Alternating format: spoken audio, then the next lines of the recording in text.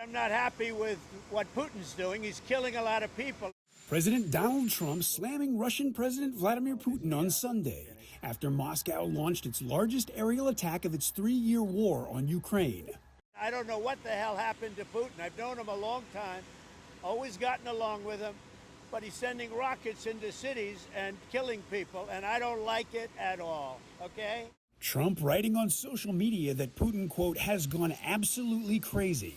According to Ukraine's Air Force, Russia's massive, deadly overnight attack included dozens of missiles and nearly 300 attack drones. Although many of those were intercepted, officials say at least 12 people were killed across Ukraine, including children. Dozens more were injured. Trump, who spoke with Putin recently trying to negotiate a ceasefire between Ukraine and Russia, said he was very surprised about the aerial assault. We're in the middle of talking, and he's shooting rockets into Kiev and other cities. I don't like it at all. On social media, Trump also criticized Ukrainian President Volodymyr Zelensky, who said Sunday morning that, quote, America's silence encourages Putin to continue his onslaught. Russia's air assault also came despite the largest prisoner swap of the war taking place. More than 600 Russian and Ukrainian prisoners were exchanged Sunday. I'm Reed Binion reporting.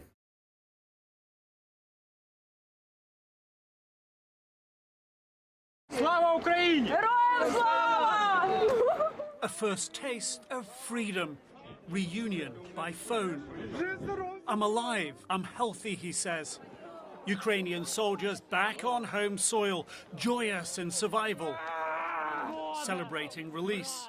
Emotions overflowing as Russia and Ukraine begin their biggest prisoner exchange since Russia began its illegal, unprovoked, full-scale invasion of Ukraine 39 months ago.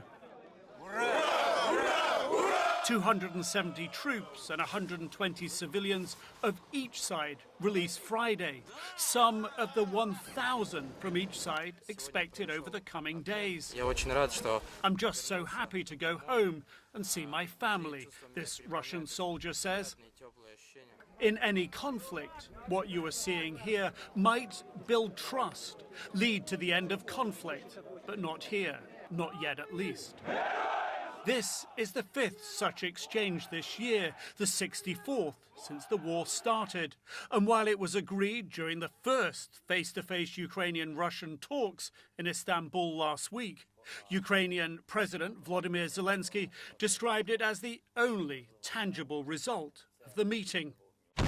Ukraine agreed 2 months ago to President Donald Trump's demand for a 30-day unconditional ceasefire. Russia still refuses.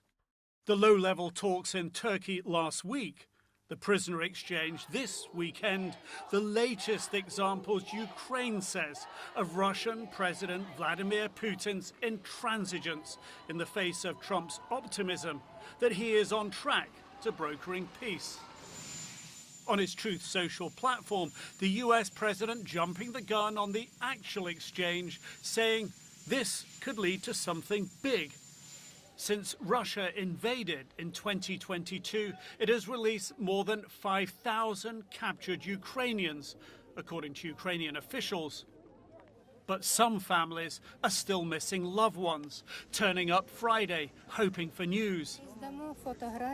This mother with pictures of her son.